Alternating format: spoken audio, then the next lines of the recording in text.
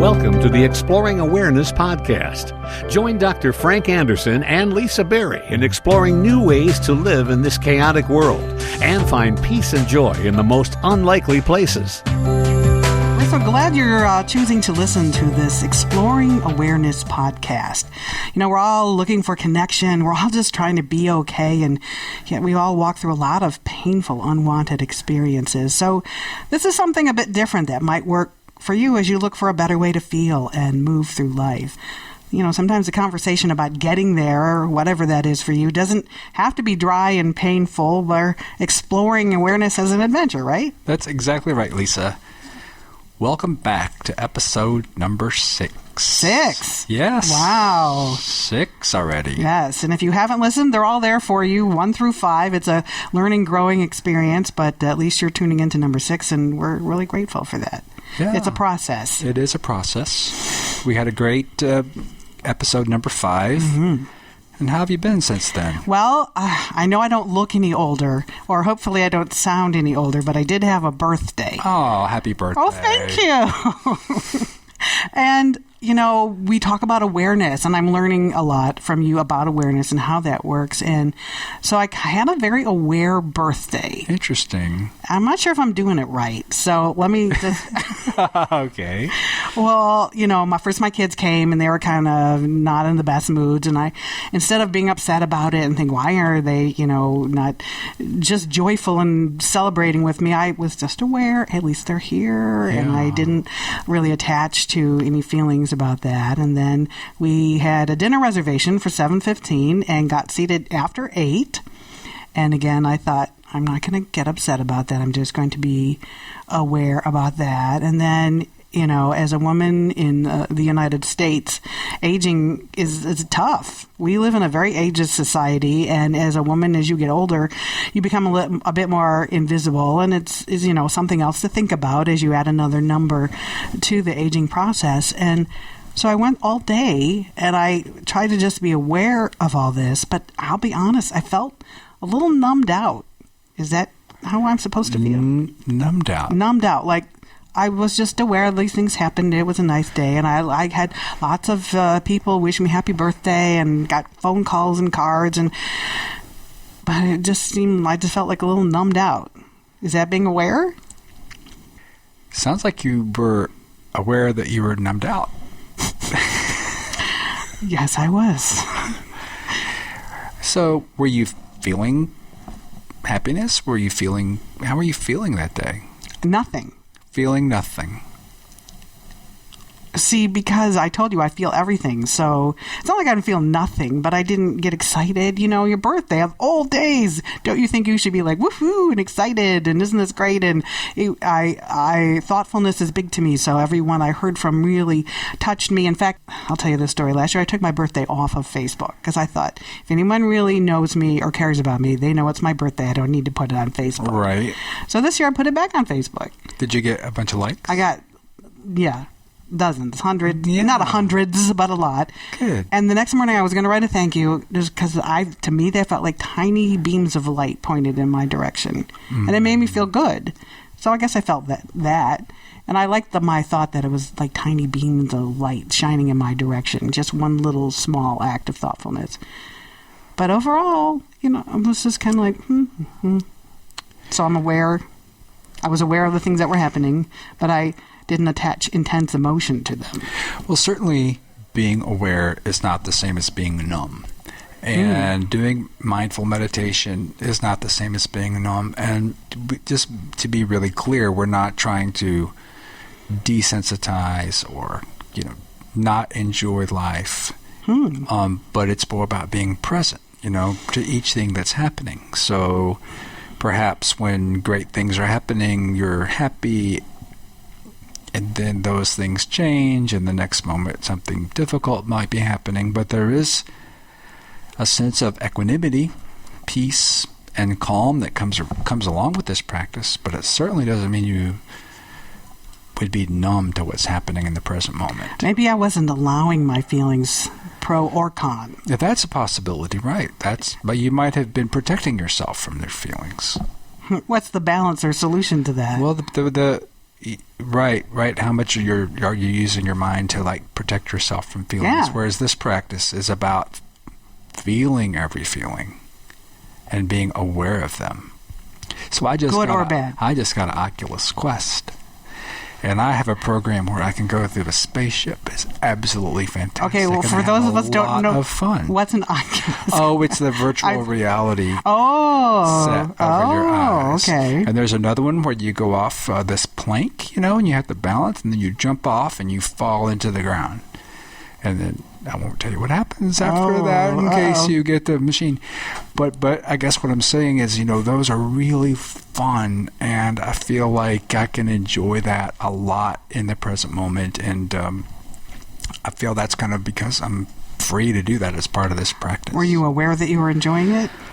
To be honest, I had to practice before I jumped off that plank because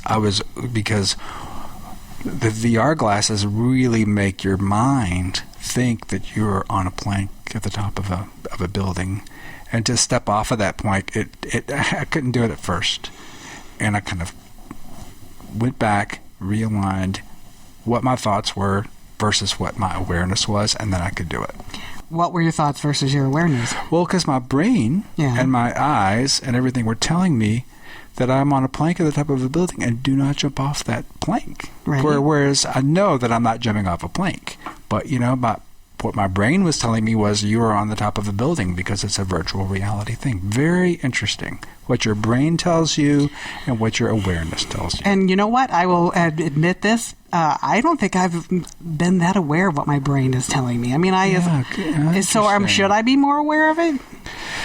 Well, I mean, that's the name of our podcast, Exploring Awareness. Yes, but I think people listening might be going, what? She doesn't even not aware of her brain, but I'm a heart person. So lately we've been on these episodes talking about our brain, and I think, how have I gone this long without really acknowledging what my brain is telling me?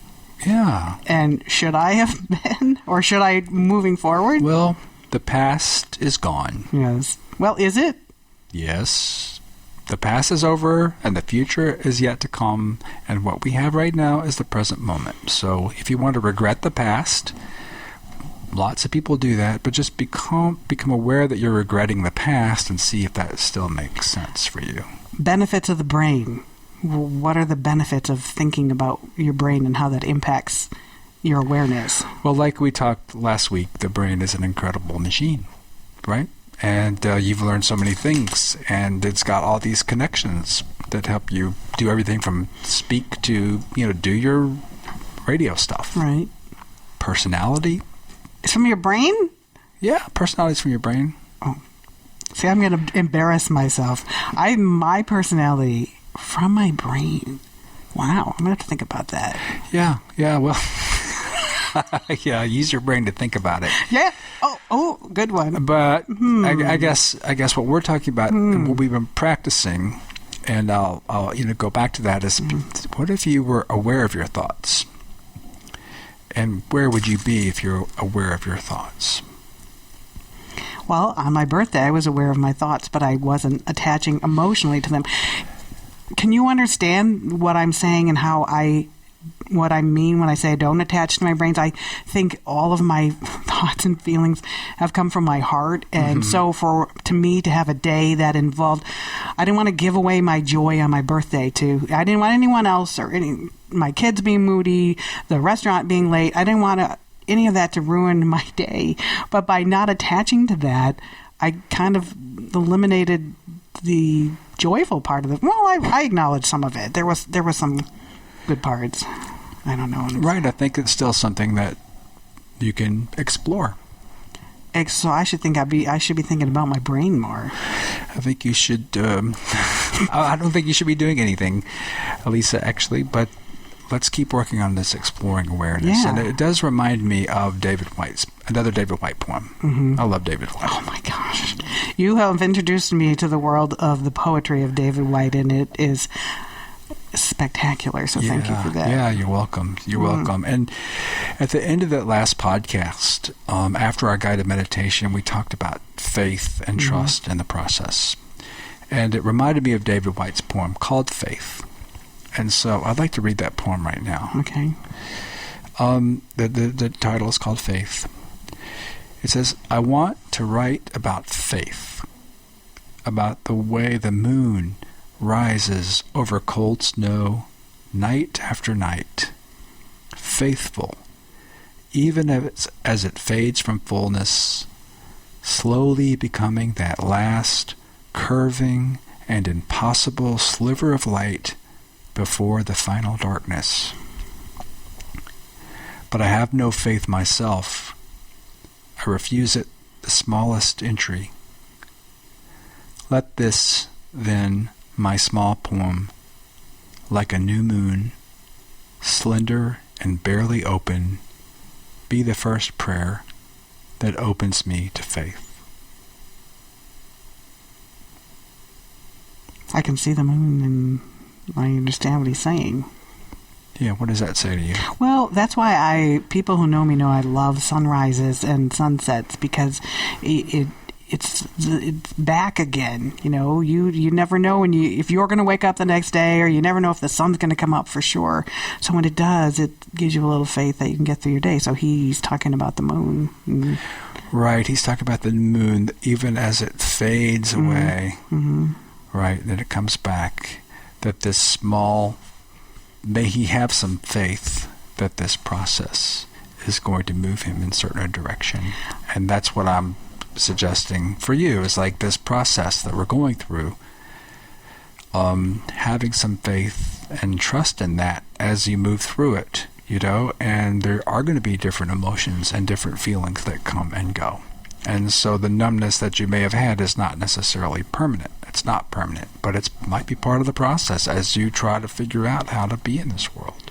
I think the word faith is huge. I think that means a lot of different things to a lot of different people. Mm-hmm. But to me, it means there's something to hang on to and hope for if you have faith. And faith in whatever you want to have faith in. Mm-hmm. It's a great word, and I don't think we talk about it that much. It is a great word.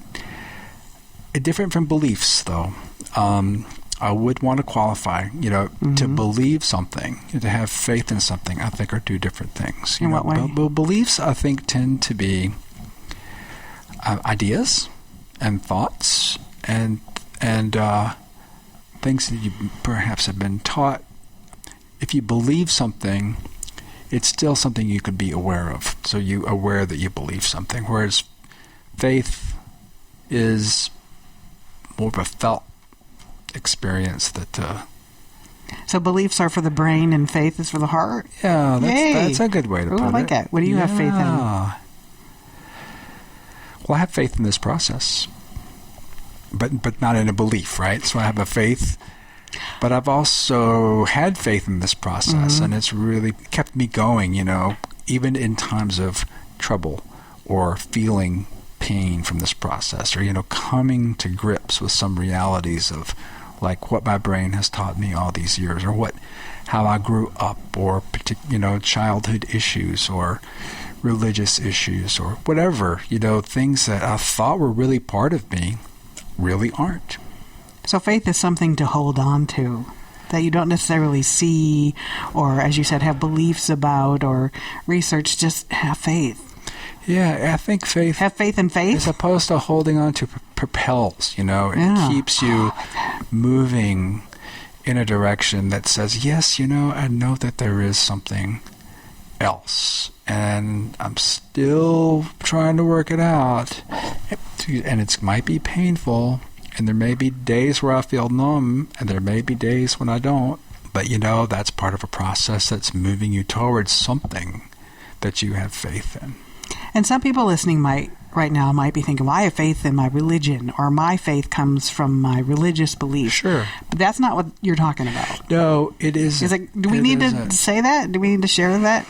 I think that, the word faith can be used in lots of different ways. Mm-hmm. And in some religions, they talk about faith, and that might mean that you believe a certain set of ideas, which is certainly fine for whatever people want to do. But I think that for the purposes of our conversation, it's not a faith in any idea or a belief. It's just it's a more general feeling, and ultimately it's faith in yourself.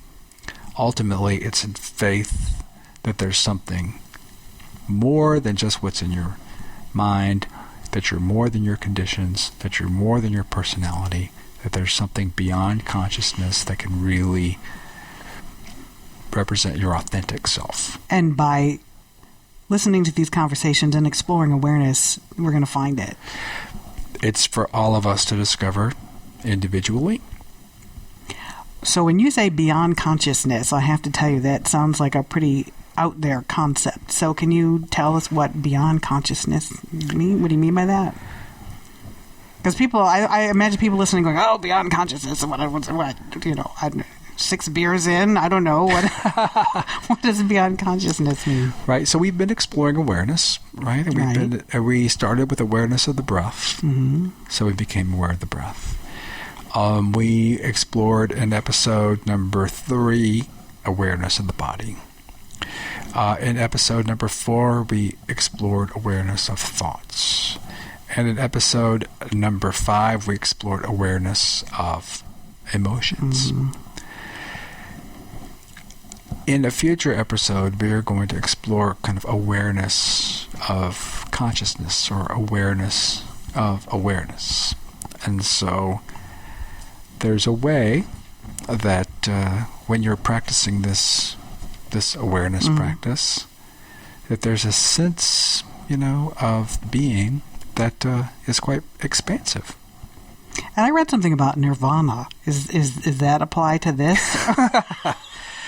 Yes, well, and I mean, nirvana is a word that's used in Buddhist religions. Is it? I didn't know it was nirvana. Seriously? That's Yeah. I think people use it in regular conversation. They too. do. I love that band. Yeah, I was gonna say.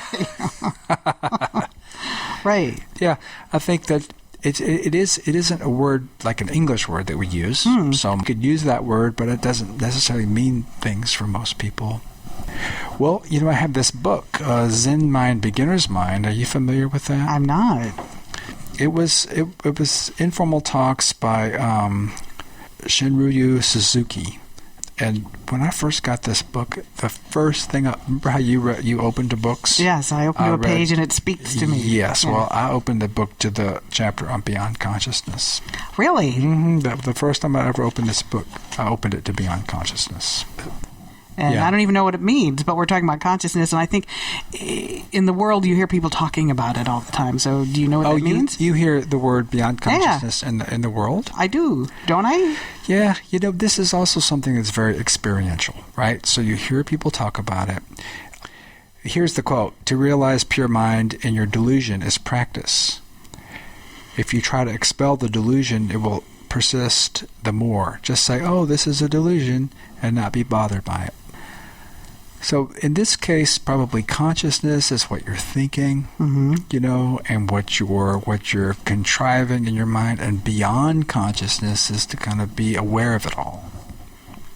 So that applies to what we talk about. It does. It does. Beyond consciousness. But again, it's going to be a feeling that you have. Yay, we get to have feelings. Well, got me there. It's a knowing. Let's call it a knowing. A knowing.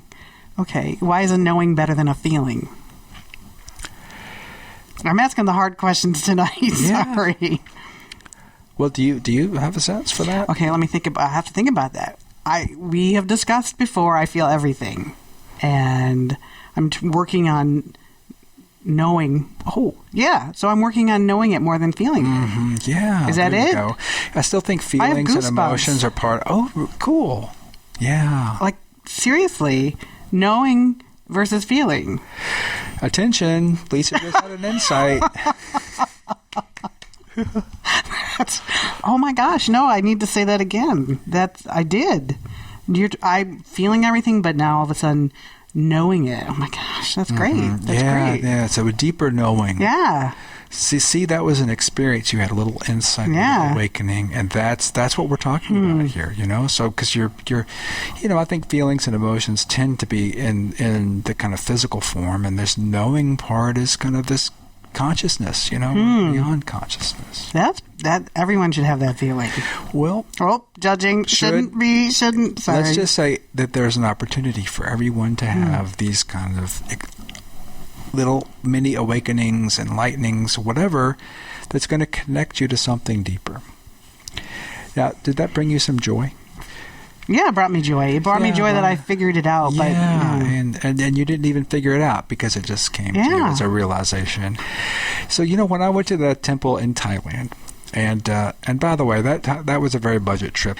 It only cost $4 a day, and I would recommend anyone out there go. It's Suan Mok in Thailand. It's where all the backpackers go, and it's very budget. Was it beautiful? Thailand. Oh, it's beautiful. Yeah, you just take the train to Surat Thani, and then get a cab up there. They start the retreats on the first day of every month, like clockwork. But when I went to there, and Elaine and I got there the day before, we were walking around, and they have a Buddhist art museum on the grounds, and I saw this poster. And, if I could find a copy of the poster, I'll post it on the page. But the poster said, "Oh, the boundless joy to know there is no happiness in the world." No, you're bringing me down. I'm sitting here thinking I just had a moment. Say that again. Oh, the boundless joy. No, that's an important phrase. Okay. Oh, the boundless joy to know there is no happiness in the world. Aha. Because it's not in the world. Right. So when I got there, I was like, these people are downers. This is not going to be a fun retreat. But when I left, I'm like, I forgot. I didn't read the first part. Oh, the boundless joy to know. So boundless joy, this beyond a bounds of joy is very different than finding happiness in your next meal or your next relationship or your next experience, Because it's bottom up. Because it's bottom up and so you can chase for happiness all over the place. And yes, you can be present to those fun and happy things, but they come and they go. But boundless joy is something that doesn't come and go. It's always there. So say the phrase again. Oh, the boundless joy to know there is no happiness in the world. So you're focusing on boundless joy, and I'm thinking happiness in the world is what we should be talking about. Right, exactly. I'm focusing on boundless joy. Now, how do you feel about that? Are you afraid to give up happiness in the world? I don't think happiness is in the world. I think happiness is in me. Yeah. And that's why I try to be as positive as possible so I can bring more happiness to the world. But you are positive with boundless joy. Does that go somewhere? I know happiness does not come from the next thing. I know happiness doesn't come from external situations or people. It's like I pack up the happiness in my purse or my heart. I bring it with me. And that's what I try to share. If people are open to it. Am I on the right track? Yeah, sounds like it.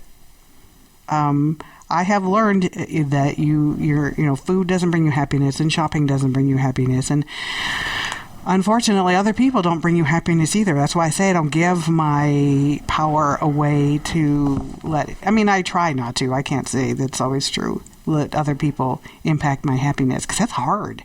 If you're around a bunch of people and you're trying to be happy and joyful and they don't want to, it's like kind of hitting your head against the wall, But I keep trying. I told you I wake up every morning and I'm so excited that I woke up and look at the sky is pink, my favorite color, and it's a new day and something good's going to happen today. I tell myself that. And that's the joy and happiness I try to share with other people because life can be rough. I'm judging it. I know we say chaotic. We don't necessarily want to say negative, right? So I bring my own joy. I bring my own happiness. Do you? I do. Although I'm not sure I need to make everybody around me happy. How come I do? How come you do? because I've been through so much stuff. I know how difficult and hard life can be, and I told you I call myself the great distractor. Mm-hmm. I don't like to see people suffer. I don't like to see people sad. I've suffered and I've been sad myself. So if I can cheer other people up, then I want to. So I'll tell you what I do, because I see patients, right? And I see patients in all different circumstances. Mm-hmm. And some patients have a good circumstances, and some patients don't have circumstances. And especially if someone has a difficult circumstance, what is the loving and a way to approach them, right? And I wouldn't say I would try to distract them. I would say I would try to be present with them. And so if someone's had a whatever complication, what is my role with them? And I have found just to be present, to be accepting of whatever happens, to hold space for them, that feels like the loving way. And distraction would not be something that I would do. By distraction, I mean I try to make them laugh. Maybe.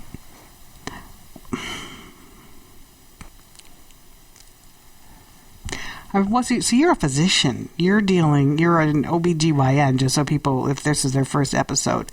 So you're dealing with a lot of stuff. And, women and hormones and giving birth or pregnancy issues. Yeah, all sorts of you deal with serious stuff.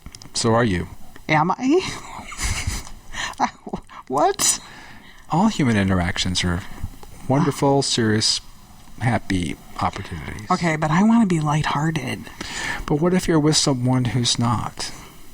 So is the solution distract them or to be with them? I think people want to be heard. So I do try to listen. I think people want to be heard. Yeah, I hear you, because you're a radio announcer, right? Yeah, or a broadcaster, and I have to listen. You have to listen, and you do. And you've been in positions where you cheer people up a great deal. And I love to listen to radio stations where they make me laugh. It's really, really awesome. That's also a gift. But I feel like there's a but coming. Well, but that's but being on the radio. Well, no, okay, so let's just dissect this one, Doctor. I feel like I try to be as lighthearted as possible, and I always say I think there's humor in almost everything. And when oh boy, I'll just say it. There was 3 sisters when I was growing up. My older sister was a pretty one, and my middle sister was a smart one, and I was a funny one. So is that where this is coming from? Yeah, that's kind of a. I'm unpacking. You're that's your personality. Yeah, right? That's your personality. Right. That's how you grew up. That's probably how you learned to live in the world, which is fine. There's not a problem with that. But when we talk about exploring awareness, we talk about being aware of the things that make you do what you do. So right now you're starting to unpack, and you're becoming aware of your love of humor. And that's your personality. And we all have personalities, and we all have egos, and we all have ways we live within the world. And so with humor and fun or whatever, but now we're going a little bit deeper now, right? And so now we're going to be aware of those things, and then identify as awareness, which is episode 3, and move around in the world guided by this joy and peace and love and generosity, which gets expressed through your personality. Laughter is everything, and you're telling me that's not the right way? No, I did not say that. I did not say that. Well, we're unpacking, and now I've learned that that's why so thank you for that. I do feel that, but you can't. I want that to be my identity. Yeah. I want that to be my approach to life. That's how you move. That's how you'll move through the world. Exactly. Right. But this practice is not meant to take away your sense of humor, and it's not meant to not make you a fun person. Which I wonder if you're what being questioning that. What do you mean? Are you concerned that you can't be a funny person? Well, I feel like I just heard you say there's another way. I'm a very loving person, a very compassionate person. Maybe instead of saying another way, we're taking a step back. Yeah. Okay, that doesn't mean we're getting rid of anything. We're taking a step back. So if you took a step back and had a look at yourself and all the things that make you tick, is that a problem? Do you feel okay doing that? Yeah, well, I think I certainly have been doing that. But okay, go ahead. I just didn't want to suggest that you don't be humorous. I don't know how you picked that up.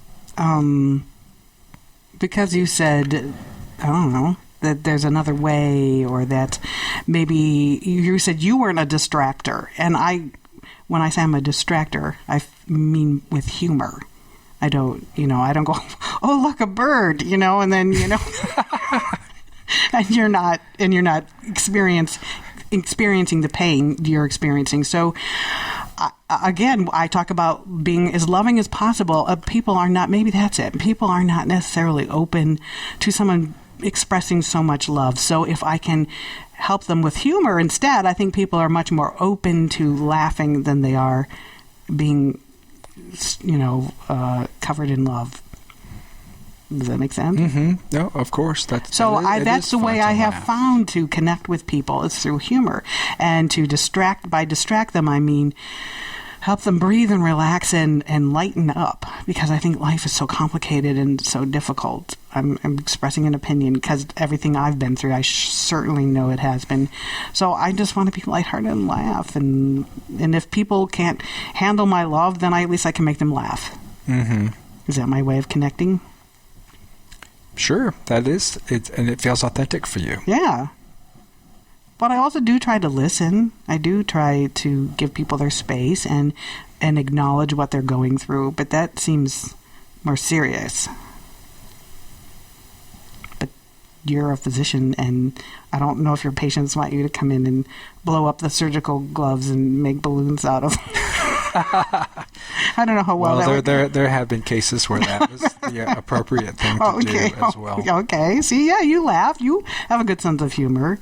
So what is the point? Is this what... Am I using this to not face what I'm really... Well, we were talking about joy. Yeah. And we were talking about boundless joy. Right. And we're talking about... I still think we're talking about two different things here, and they're not mutually exclusive. So... I think we're getting back to this point of our personalities and our egos and the way we move around in the world, and those aren't bad things.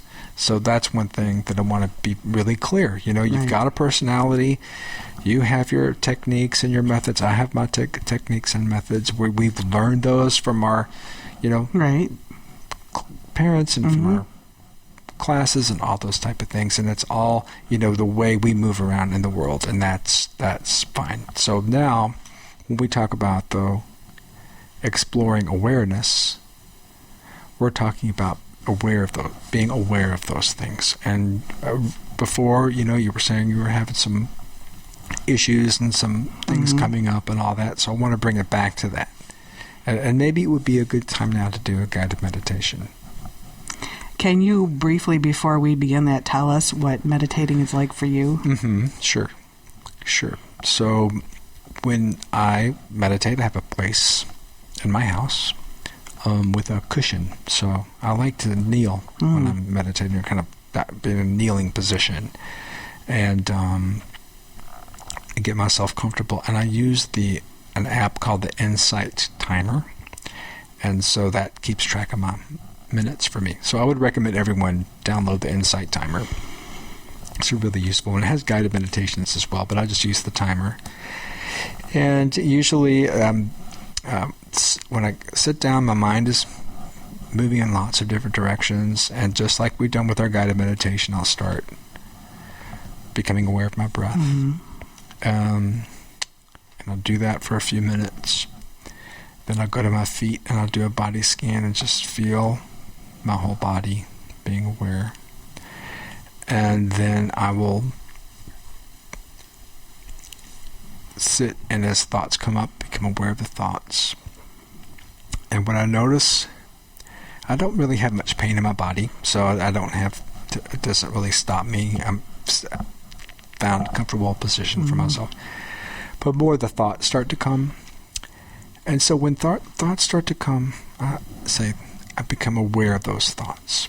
And I feel it. I feel that I'm aware of those thoughts. And when things come up and I become aware of them, they just tend to dissolve. Okay, that's the key. What do you mean they tend to dissolve? Is that something that you've been meditating for, 25 years? Mm-hmm. So does that come through practice, or does that come through awareness, or does that come through telling yourself to let them? That's the missing link, I think, for a lot of people. Yeah, I'm not telling myself to do anything, but what happens when you're aware of your thought? Then the thought, there's a shift from the thought to the awareness of the thought. So awareness is like a space, and the thought dissolves, and that's all I can say. Okay, the awareness is a space, and the thought dissolves. Because I'm not getting rid of the thought, but when you become aware of the thought, the identity goes away from your thought and into the awareness. Okay, I will remember that. I think that's as far as we need to go, because that's, I think, everyone's problem spot is, you can sit comfortably, you can set the timer, you can breathe, you can feel your nose, but when it comes to letting go, that's not that easy. Right, and I'm not asking you to let go. I'm asking you to become aware of your thoughts. Okay. How is that different? Yeah, that's a good question. How is that different? I'm asking you. That's something that I can't explain that. Well, how can we achieve that? Practice. Do you know how long it took you to get to that place where that worked for you? I don't remember. I mean, should it be? I don't know. I know I'm asking you to quantify something, and you don't like to quantify. Right. Something. Remember Jack Cornfield from last time said the first step is to get on the path. Second part is to stay on the path. Can we add a third? Have faith? Could say that. Yeah, add faith. Okay, now let's meditate. So get into the comfortable position. Feet on the ground.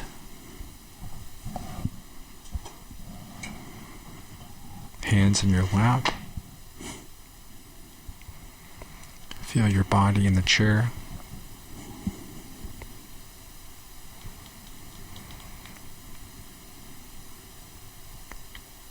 Take a deep breath in. Feel the air going in through your nose or mouth.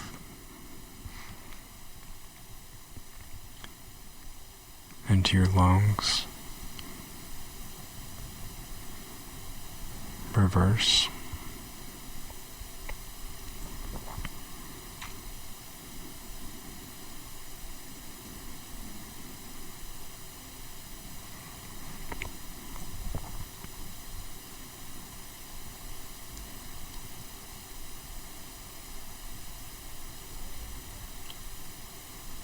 Now, for some people, it's difficult not to have thoughts during this stage. And so early on, you might want to count your breaths.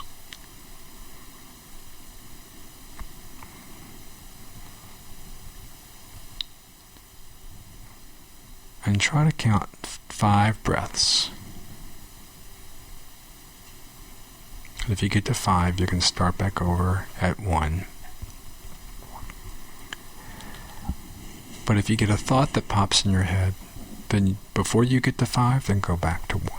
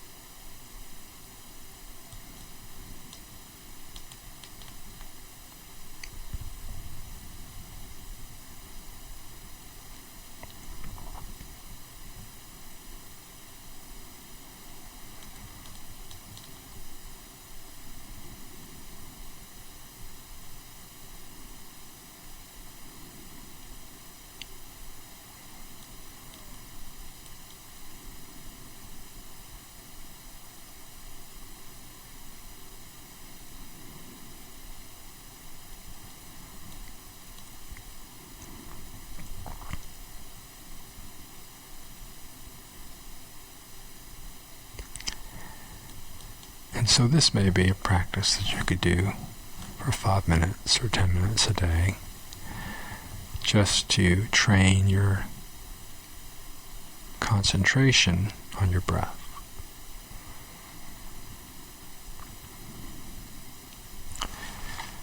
But now I'd like to move on to just practicing awareness of thoughts again.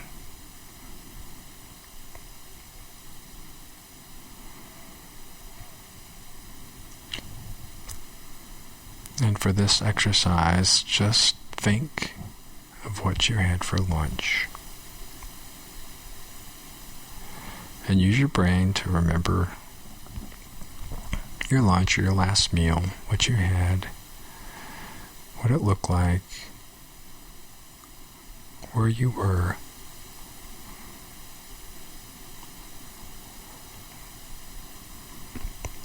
Were you at home or a restaurant?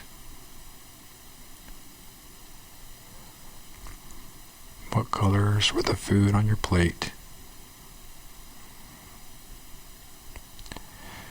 And let your mind just recreate that whole scenario.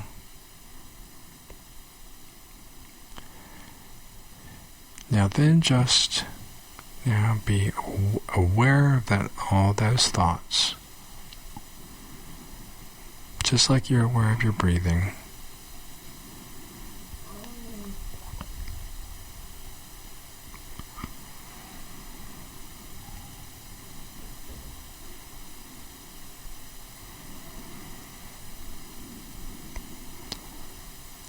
And just note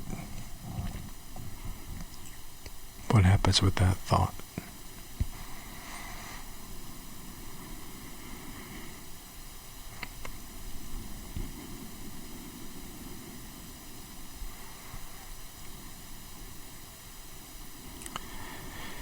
Now think of a stop sign.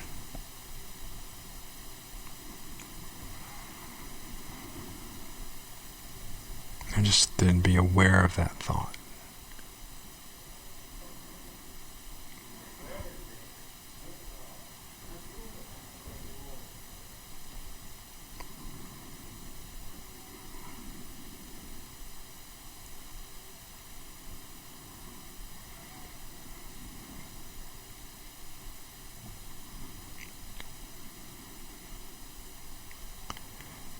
And then any other thoughts that are coming in.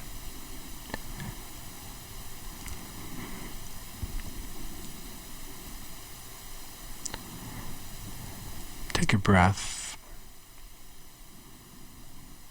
Bring those thoughts into awareness.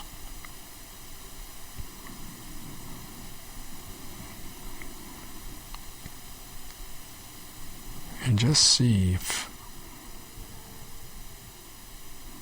resting as the awareness of your thoughts and your breath.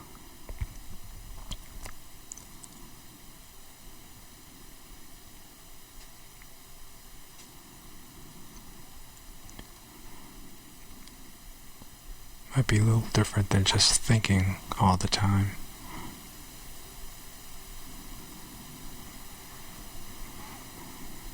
Is there some space between what you're thinking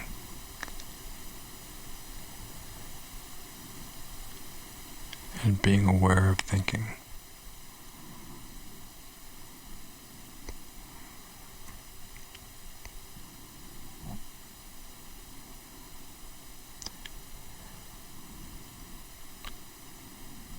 And if you're struggling, what is it to be aware that you're struggling?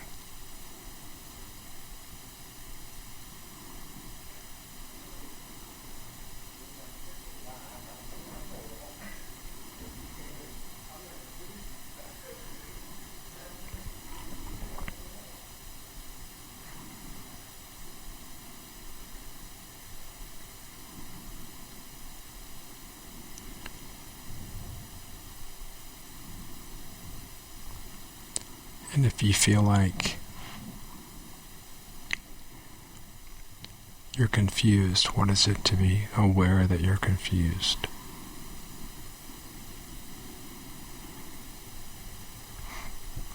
And can this place of awareness just accept whatever's happening in the present moment?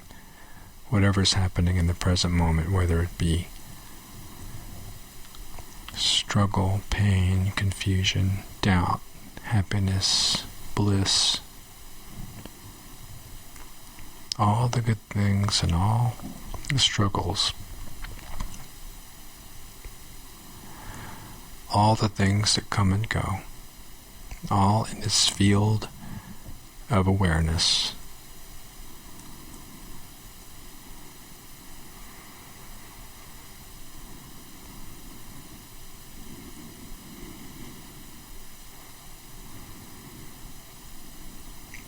Including fear of the unknown,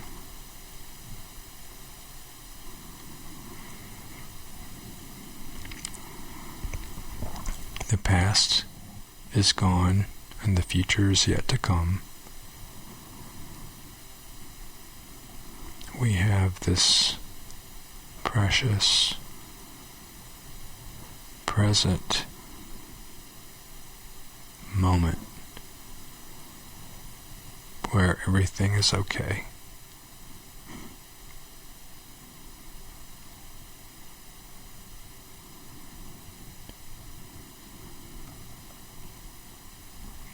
And if you think it's not, just be aware of your judgments and your questions, and rest as awareness in this present moment.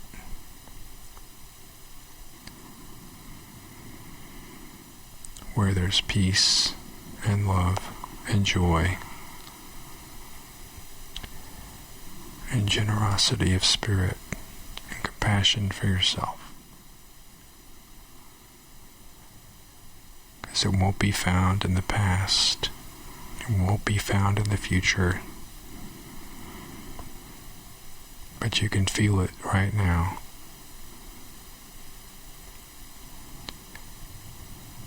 When you rest as awareness of all of your thoughts and judgments.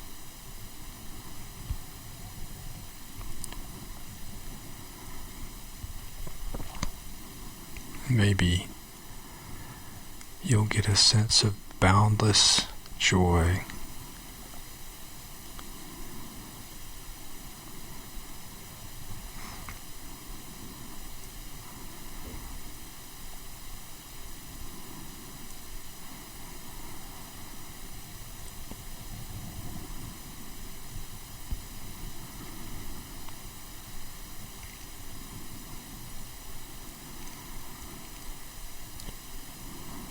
And if not, that's okay.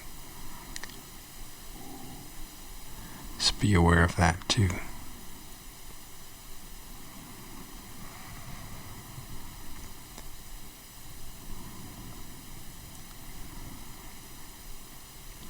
So we'll close now with 3 deep breaths.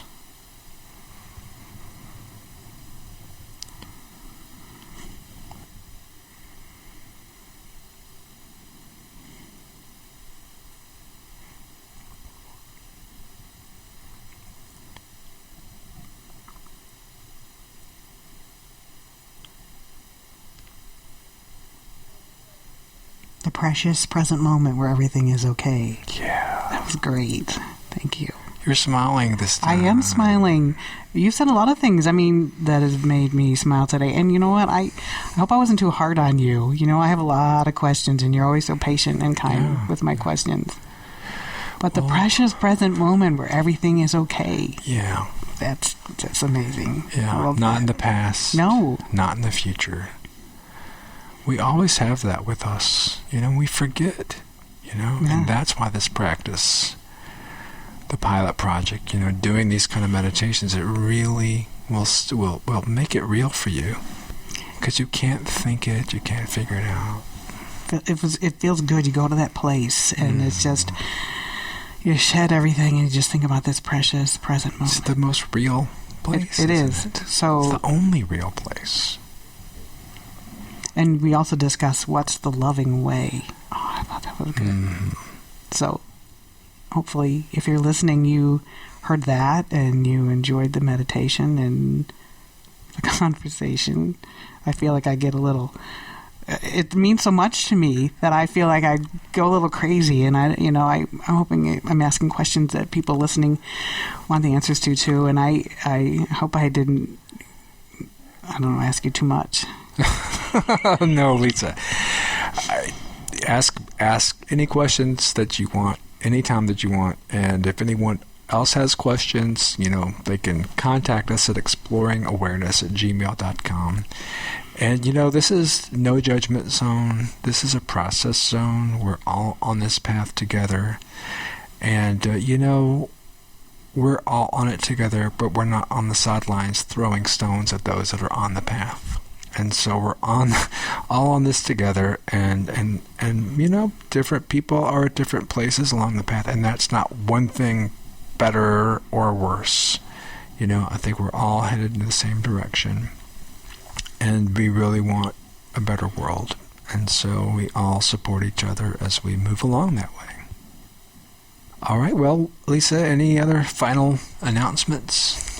Just email us. We would love to, read your questions or comments and maybe even share them on the air as part of our podcast. We have a Facebook page, Exploring Awareness on Facebook. Email us at exploringawareness@gmail.com. And we have a Patreon page too, if you'd like to join our community there. Right. I feel good. Thank you. Yeah. You're welcome, Lisa. Thank you. And thanks for listening. I'll see you next time. This podcast is not an attempt to practice medicine or provide specific medical advice, nor does use of this information establish a physician-patient relationship. Listening to this podcast does not replace medical consultation with a qualified health or medical professional to meet the health and medical needs of you or others. If you are having problems, please see your primary care provider or your local mental health professional.